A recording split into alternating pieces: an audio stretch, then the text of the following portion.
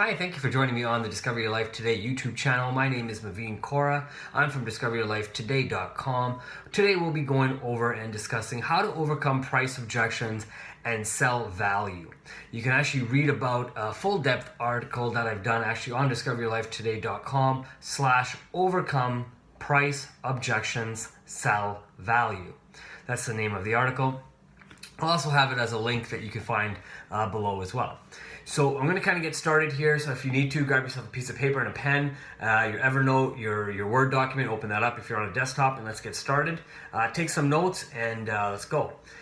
So I guess, have you ever heard the statement, your product is too expensive, I've seen the price cheaper on the internet, why should I buy it from you? I can just buy it from Amazon. You've probably heard of that. More and more Amazon is becoming one of the top sellers out there in the world, and more people are going to start saying that because prices are typically cheaper on the internet because, again, there's a lot of middleman stuff kind of taken out.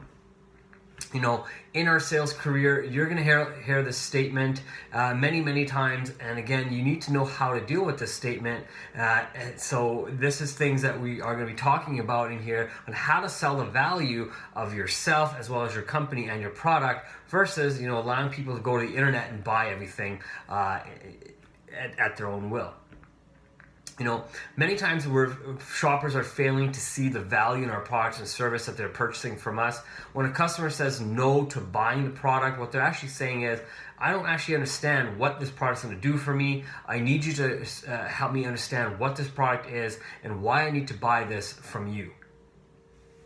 As a professional salesperson, you and I must realize when a customer has an objection to the product or service, they're asking us to answer questions so we can continue to build value in that product. Too many salespeople believe that the first objection is an obstacle that they cannot overcome, and that unfortunately has caused a lot of bad salespeople in this industry. This is far from the truth. To overcome price is an opportunity for us to learn what the customer wants, why they want it, and give them a reason to want to buy our product because now they better understand it once we've had an opportunity to explain to them what it is. So there are going to be some objections in the purchasing decision. We need to learn what the real objections are that the customer is saying no to. Find out, ask some good questions, and then listen when you ask a question. Let the customer talk. The more the customer talks, the better the information you'll be able to get. It is important to find out what the customer is going to use the product or service for, so then you can understand exactly what some of their hot buttons are, so you can sell to those hot buttons if necessary.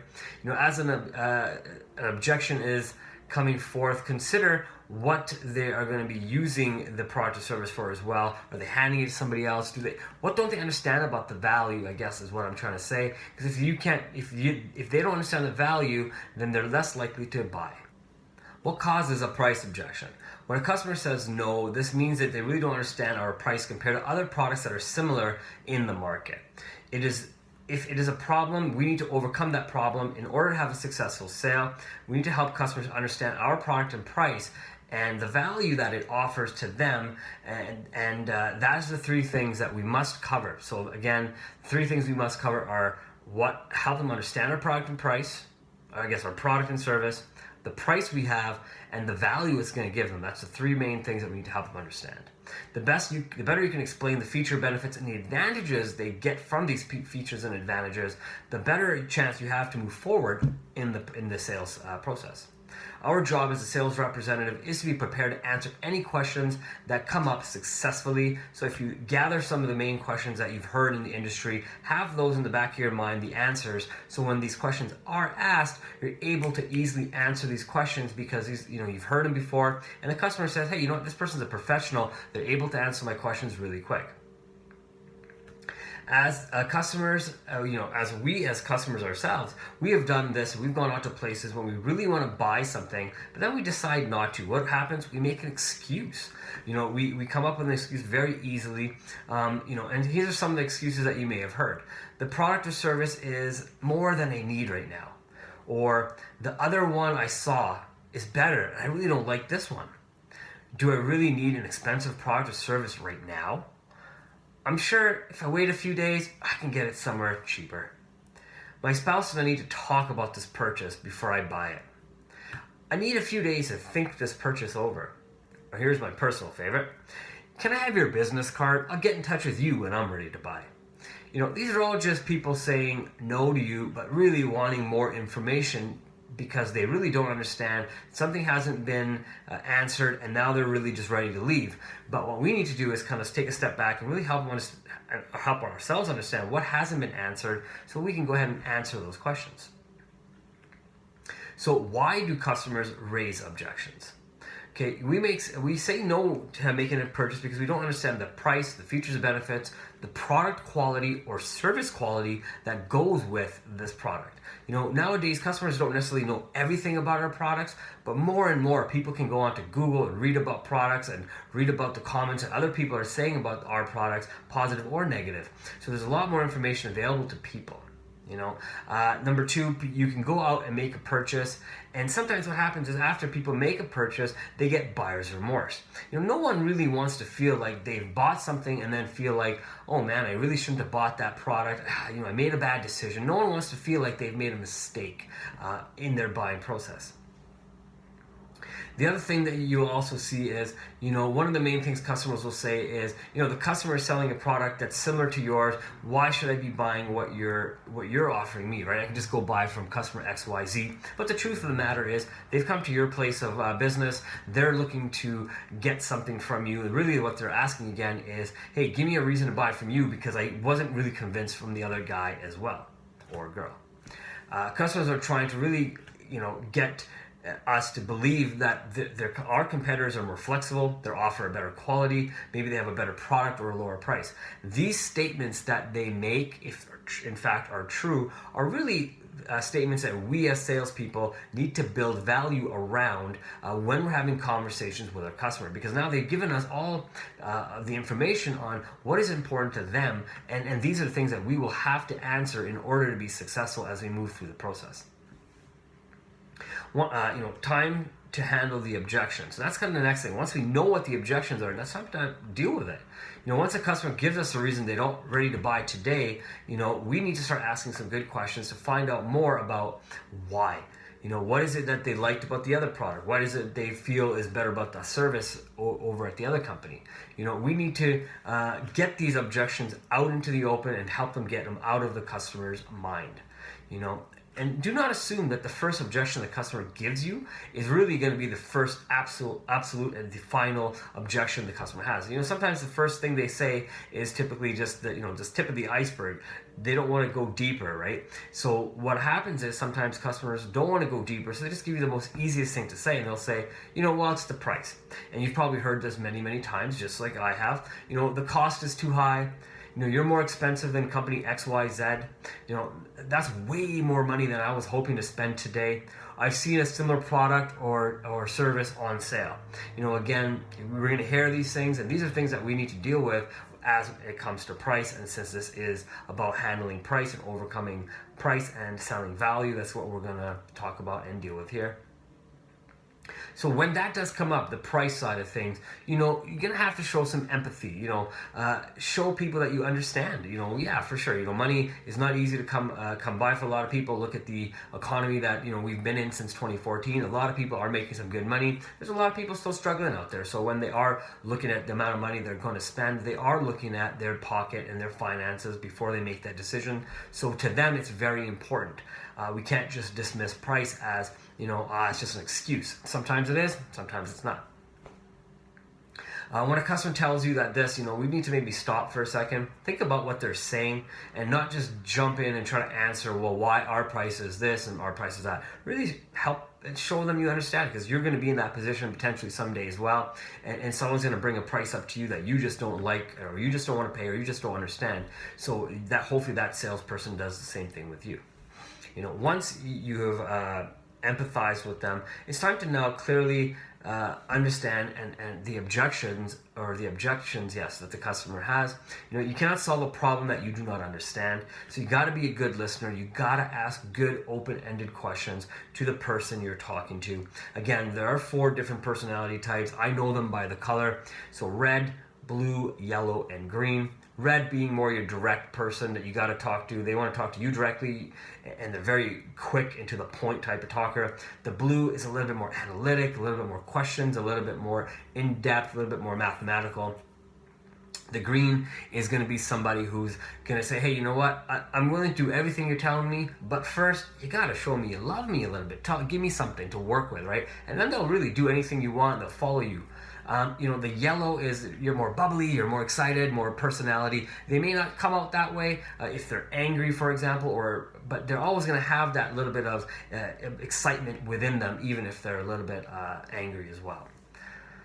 It is important that you're going to have to summarize what the customer is saying once you've asked a question. So a lot of times they're going to be giving you their hot buttons, what's important to them. So keep those hot buttons in mind and use those same hot buttons to sell the product or service, the price, and the value. Okay. Once you've addressed their customers' objections and objections, then you can move on to the next step. You want to start providing them with some solutions on what you can do. Okay. When a customer is saying that price is the problem, tell them you understand. Sometimes just saying, I understand where you're coming from. Simple, right? Typically, customers do not understand our branding, our marketing, our business strategy. They don't understand our market segment and, or the cost of research and development for a lot of our products and services. And frankly, they don't care. They don't care that we want to be number one or, it costs us X amount of money to run our company. What they want to know is that are they getting value? Are they making the right decision? And is the price they paying is going to be fair compared to everything else in the market? And we need to learn to handle those questions because these are the same type of questions our competitors are handling. So we got to get good at handling these type of questions as well.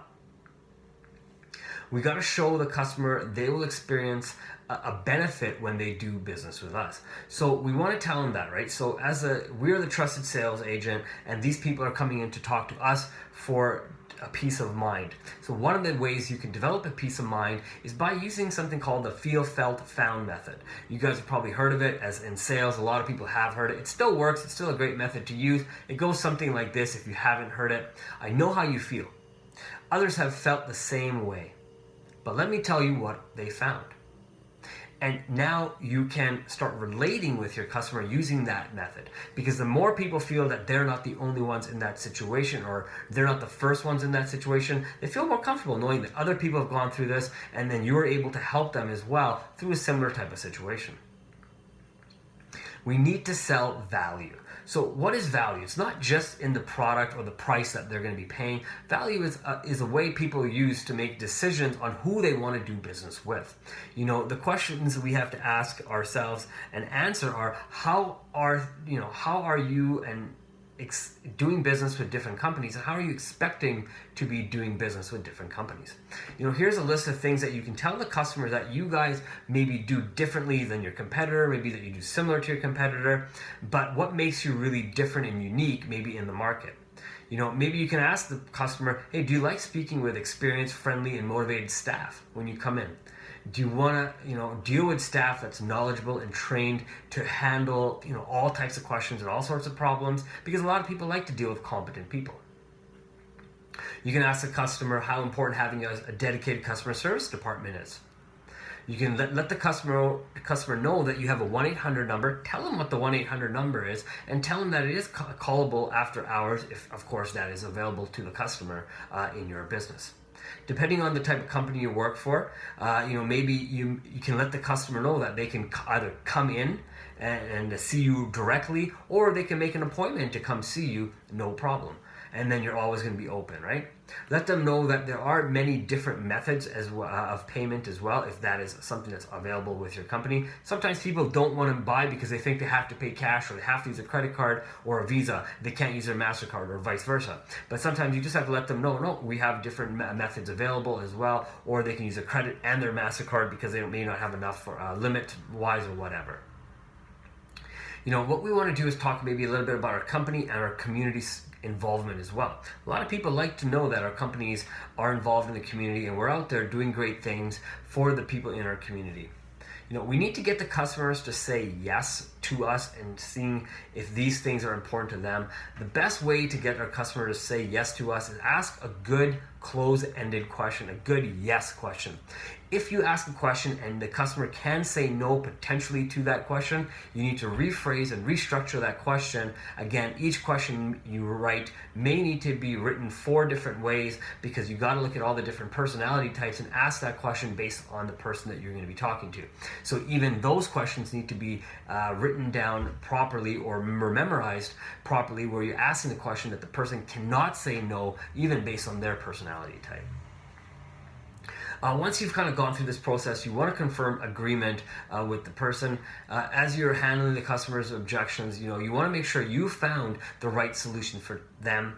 Sometimes what will happen is, and this can happen all the time, is a customer has gone through the whole process, they're really excited, they're ready to move forward, and they think of another objection that they haven't thought of or haven't told you. Hey, you know what? No problem. What you do is you go right back to the starting of this video. You start at the steps to overcome price objections, and then what you do is you just kind of start there again. Now, if it's not a price objection, let's say it's a objection on size for whatever reason, and now you just substitute the word price for size, and you go through the exact same process to find out a little bit more about the question, asking the right questions, building value all around that instead now. If the customer doesn't have any more questions, definitely it's time to move to the next part of your presentation, your sales presentation, or it's time to close up the presentation and really ask for the sale. The whole idea here is to reduce the amount of objections that can come up from your customer. So sometimes even when you're doing a lot of the talking after you've asked a question, or the customer asks you a question, you want to maybe be transparent and handle some questions that other customers have asked. It's a great place to put that in the feel, felt, found method, because you can let them know by putting your transparency on how other people or customers have felt, and that will allow customers to also build trust in you. Here's some tips that you can definitely use when you are reducing the number of objections that can come up. Make a list of your top 5 objections and learn how to answer them very well, and let the customer know them as you answer them. Gather other members of your team together and find ways to answer those questions if you're not able to do that yourself. With your team or in the mirror, practice giving those answers to a customer or repeating them many, many times by yourself. The more you rehearse it, the more natural it will feel when you actually are saying it to a customer. Revise your responses over time. Remember, your tone, your body language, your verbal language is important when you're delivering the message. Keep a notebook as well. This is a great tip on with you, for example. So anytime you're talking to a customer and you said something that worked, or a wording that worked with the customer and was able to move the sales process forward, write that statement down and use it again and again and see if it gives you the same results. If it's giving you the great results, then you have something to work with. It'll give you a great way to overcome the price objection, and it'll give you a great way to sell value, close more sales, increase sales, and take home a bigger paycheck in the big picture, and as well as help the client get what they want as well. I hope you enjoyed this video on my YouTube channel for discoveryourlifetoday.com. Again, I'm Aveen Kaura, and what I'm doing is asking you to go check out discoveryourlifetoday.com. You can check out the article I did, Overcoming Price Objections, Sell Value. Take a look at it, read it, go through it. It's a lot of what I've already mentioned on this video, but a little bit more examples as well on there. If you have any questions, leave a comment. If not, please like this video, subscribe, and I hope you have yourself a wonderful day.